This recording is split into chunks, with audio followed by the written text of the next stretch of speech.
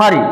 අපි ඔයාලට කලින් වීඩියෝ එකක් දාලා තිබුණා 10 11 ශ්‍රේණිවල ළමයි වෙනුවෙන් සාමාන්‍ය පෙළ විභාගෙට එන ගණිත ගැටළු සාකච්ඡා කරන වීඩියෝ මාලාවක් ගේනවා කියලා. අන්න ඒ වීඩියෝ මාලාවේ පළවෙනි වීඩියෝ එකේ විදිහට අපි අද කතා කරන්න යන්නේ කුඩා පුදු ගුණාකාරය ඉක්මනින් හොයාගන්නේ කොහොමද කියලා. මේක හදන විස්තරාත්මක ක්‍රමයක් තියෙනවා. නමුත් මම මෙතනදී ඒ විස්තරාත්මක ක්‍රමය නෙවෙයි සාකච්ඡා කරන්නේ තත්පරෙන් දෙකෙන් කුඩා පුදු ගුණාකාරය හොයාගන්නේ කොහොමද කියලා. ඔයගොල්ලෝ දන්නවා මේක සාමාන්‍ය පෙළ විභාගෙදී ගොඩක් වෙලාවට අහන ගැටලුවක්. අපි ඉස්සෙල්ලාම බලමු මම මෙන්න මේ ගණන් තුනෙන් මේ කතාව වලට පැහැදිලි කරන්න යන්නේ. මෙතන මම මුලින්ම ගාණක් කරන් තියෙනවා. මේ ගාණ කුඩා පුදු ගුණාකාරය හොයනකොට අපි අවධානය දෙන්න ඕනේ ඉස්සෙල්ලාම මෙන්න මේ ඉලක්කම් තුනට. xy කියලා අකුරු තියෙනවා. අපි ඒවා පොඩ්ඩක් පැත්තකින් තියලා මේ ඉලක්කම් ටික බලමු. එතකොට 4ටයි 2ටයි 8ටයි කුඩා පුදු ගුණාකාරය හොයනවා කියලා කියන්නේ 4න් බෙදන්නත් පුළුවන් 2න් බෙදන්නත් පුළුවන් 8න් බෙදන්නත් පුළුවන් පොඩිම සංඛ්‍යාව හොයාගන්න එක. ඒතර පොඩිම සංඛ්‍යාව කියපු ගමන් ගොඩක් ළමයින්ට මෙතෙන්ට එන උත්තරය තමයි 2 කියලා. නෑනේ. 2 කියන සංඛ්‍යාව 4න් බෙදන්න බෑනේ.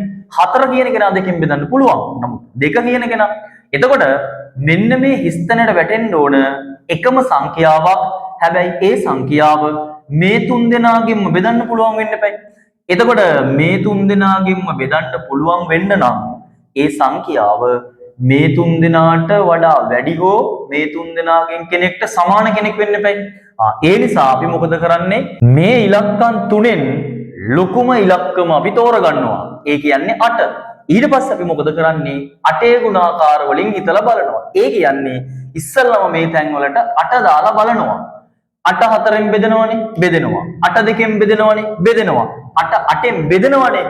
මොකද 8න් බෙදන්න නම් මෙතෙන්ට දාන්න තියෙන පොඩිම සංඛ්‍යාව 8නේ. ඒ නිසා 8 දාලා බලනවා. ඒ කියන්නේ 8 කියන සංඛ්‍යාව මේ තුන් දෙනාගෙන්ම බෙදෙන නිසා මේ ඉලක්කම් තුනට කුඩා පුදු ගුණාකාරය තමයි 8.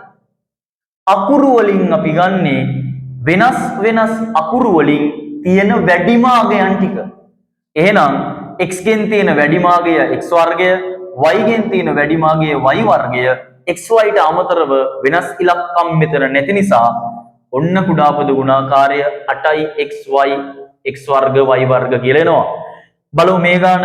එහෙනම් අපි මොකද කරන්නේ? ඉලක්කම් තුන මූලික කරගත්තා. ඒ තුන් දෙනාගෙන් ලොකුම ඉලක්කම තෝරගන්නවා. කවුද ලොකුම ඉලක්කම? 12.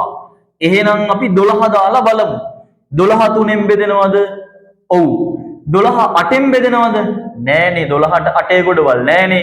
12 12ෙන් බෙදෙනවා. හැබැයි 12 8ෙන් බෙදෙන්නේ නෑනේ. ඒ නිසා 12 කියන සංඛ්‍යාව කුඩා පුදු ගුණාකාරයේ විදිහට ගන්න බෑ. එහෙනම් අපි බලනවා 12 ඊළඟ ගුණාකාරය. 12 ඊළඟ ගුණාකාරය කියලා කියන්නේ 12ට පස්සේ තව 12 24. 24 දාලා බලමු.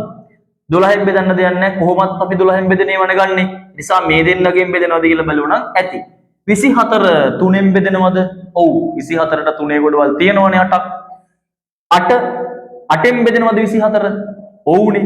24ට 8 ගොඩවලුත් තියෙනවනේ. එහෙනම් 12න් කොහොමද බෙදෙනවා?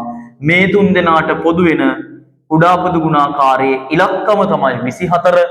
අකුරු වලින් අපි ගන්නේ තියෙන වෙනස් වෙනස් අකුරු වලින් තියෙන වැඩිම බලයන්.